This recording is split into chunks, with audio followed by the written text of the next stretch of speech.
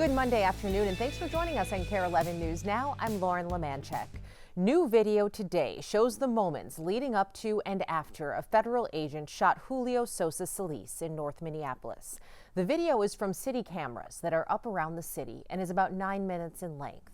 About 2 minutes into the video, you can see a vehicle pop the curb in the middle of your screen and an emergency vehicle right behind it. Then, you can see a person running down the street. They appear to be trying to get to the home with the front porch light on. There's a struggle for about 10 seconds before two people run inside the home. The Department of Homeland Security originally said two men beat the agent with a shovel and a broom for several minutes before that agent fired their weapon. From this video, it's not clear when the agent fired their weapon, hitting Julio Sosa Solis in the leg. The rest of the video shows agents outside the home and several more emergency vehicles show up on the street. Protesters did also show up and clash with agents that night, leading them to deploy tear gas and flashbangs. Alfredo Alhorno, who the agents were chasing in the first place, and Sosa Solis, who was shot by the agent, are in the country illegally. Both men had their charges dropped connected to this incident. Right now, the two agents involved are being investigated for possibly lying under oath about what happened in this situation. Right now, 6 Minnesotans are suing the federal government, saying ICE officers crossed a constitutional line. The lawsuit claims masked agents forced their way into homes during Operation Metro Surge without a judicial warrant. Sammy Salina explains what we know about those raids and the legal fight ahead. It's okay. It's okay. Back in January, ICE agents busted down the door of Jaylee Salguero's home in Oakdale.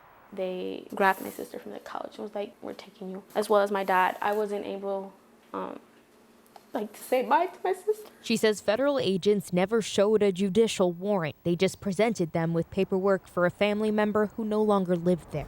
They did to our door. Now she and two other Minnesota families are listed as plaintiffs in a lawsuit suing the Department of Homeland Security, ICE, and other federal agencies and officials. The idea that federal agents would forcibly enter people's homes without a warrant, without a judge's signature, is just so contrary to our constitutional framework. Teresa Nelson is the legal director for the ACLU of Minnesota, one of the groups who brought the case on behalf of people like Jaylee. This lawsuit challenges, we're calling it the warrantless home entry memo, this memo that states that ICE agents can enter people's homes using just an administrative warrant signed by a DHS official in order to enter a home without a warrant, without consent. Whistleblowers eventually brought attention to the internal memo, which the lawsuit alleges was kept secret. Nelson hopes the lawsuit will stop these practices. This policy memo is inconsistent with the way that ICE has behaved over the last 20 years since its inception. Nelson says families are worried federal agents will come back. And with respect to Mr. Gibson Brown, it did happen. I felt helpless, like I couldn't do nothing. We spoke with Garrison Gibson Brown and his wife after federal agents broke down his door in January. A federal judge ordered his release, but he was detained again during a check-in at the Whipple building. I'm driving on the road, and she goes, "Hey, Rhoda, ICE is in your apartment." We also talked with Rhoda Christensen, another listed in the lawsuit. According to paperwork, her husband, Abdul Qadir Sharif Abdi, was taken after agents pushed through his front door and seized him. All examples, Nelson says, of violations of Fourth Amendment rights. Egregious violations on top of egregious violations that we've been seeing as a result of Operation Metro Surge. New today, murder charges and a guilty plea for a man accused of shooting a beloved Minneapolis community member, Justin Juice Marshall. Minneapolis police say they have arrested Dijon Jacques Davis for second-degree murder. The Hennepin County attorney says Davis pled guilty to the murder today. Investigators say Davis shot and killed Juice in July of last year near Franklin and Lyndale Avenue South. Court documents say Davis told investigators that he and Juice got into an argument before the shooting happened. Just in this afternoon, President Trump giving an update on the rescue of a second U.S. pilot after a fighter jet was shot down over Iran late last week. Both members of the crew ejected from the aircraft and landed alive. On Iranian soil, I immediately was asked to make a decision. I ordered the U.S. Armed Forces to do whatever was necessary to bring our brave warriors back home. A risky decision, because we could have ended up with 100 dead as opposed to 1 or 2. The president's message comes as the United States and Iran have reportedly received a proposal from mediators for a 45-day ceasefire and the reopening of the critical Strait of Hormuz.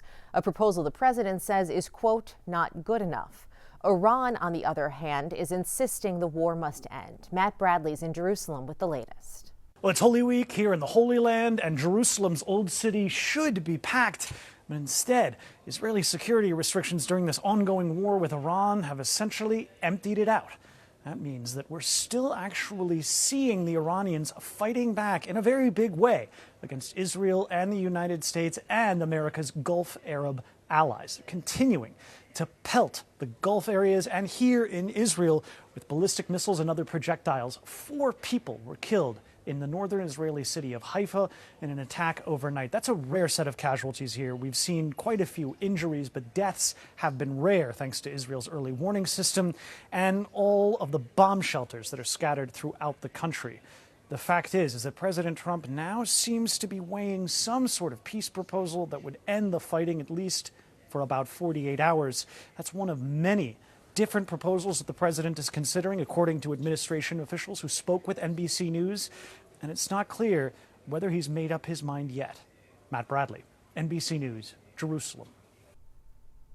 We're taking a live look from Washington right now on day 51 of the Homeland Security shutdown. Right now, House Democrats are calling on Republicans to cut their Easter recess short and reopen the department. House lawmakers met Friday after the Senate passed a funding bill but did not advance it. As the funding battle drags on, there's some good news for Homeland Security employees this morning. President Trump signed a memo directing the department to pay all of its employees. The move will help nearly 35,000 workers who've gone without paychecks since February. You might remember Trump signed a similar memo last week asking DHS to pay TSA workers. It's not clear how the White House will fund this latest round of paychecks. New today, Minnesota Supreme Court Chief Justice Natalie Hudson is retiring. Her last day on the job will be September 30th. She was appointed by Governor Walz back in 2023 after serving 8 years as an associate justice. She is the first person of color to serve as Minnesota's Chief Justice. Hudson turns 70 next January, which is the mandatory retirement age for justices on the Minnesota Supreme Court. A new look today at the future of Hennepin County Medical Center amid its massive financial crisis. For the first time since abruptly resigning last week, we're hearing from the hospital's leader as some state lawmakers push back on a proposal to give the hospital more taxpayer money. Jennifer Hoff joins us now with this exclusive story. The Hennepin County Medical Center has a long history. First opening in Minneapolis in the 1800s. Now known for its trauma and burn centers, serving people all across the upper Midwest. A safety net, mostly for patients who can't afford care, relying on Medicaid reimbursements to stay open. It'd be unconscionable for that place to not be funded. Dr. Kevin Croston was the latest to help lead it, a longtime surgeon even coming out of retirement to try and keep it afloat as the hospital stares down a $200 million deficit about to get bigger. Healthcare is going to really change quickly. You're going to really have to suck the costs out of everything you do to try to make this work. In an email, Croston quit his co-administrator role Wednesday, in part accusing the hospital board of micromanaging as it pushes the legislature to raise the Hennepin County sales tax created to build Target Field by 1%, a proposal about to be introduced next week. There is nobody that runs a health system or is on a board for a health system that doesn't have to make really hard calls. And you're not going to always agree on everything. It was time for me to go. He supports the sales tax, expected to raise $320 million, but admits it's a short-term solution, especially as new federal changes take effect next year, reshaping Medicaid from work requirements and eligibility restrictions, costing the hospital nearly $2 billion more in the next decade. Stadium tax seems like the easiest way to make sure that it's funded for now, and you can always go back and look at things. Democratic Senator Ann Rest disagrees and chairs the tax committee. It is, in this case, asking the poor to pay for the sick, who in many cases are the same people. That is wrong. Rest says the county alone shouldn't bear the burden when 40% of the hospital's patients live outside it, suggesting a business or income tax instead. If it's a state asset, then we should use state revenues to get them on a path toward stability. Different ideas to try and save a renowned resource they do agree is too important to lose. They just can't let this place go. Happening right now, history in space. NASA's Artemis 2 mission beginning their lunar flyby and traveling to the far side of the moon. That flyby is happening right now, and if you have Netflix, you can watch it in real time on the streaming service. NASA will also be live streaming. And NASA says the crew is expected to reach a distance from Earth no human has ever traveled at about 6 p.m. The flyby is scheduled to finish at 8:20, and after that, the astronauts will start making their way home. They're expected to splash down off the San Diego coast Friday, just after 7 p.m. NBC's Tom Costello spoke to the crew ahead of today's historic moment. What are your emotions as you look back at Mother Earth? You know, right away you are humbled. The fact that 4 of us get to be out here just brings you to your knees. Very, very cool. Well, stick with us. More news and weather is coming up after the break.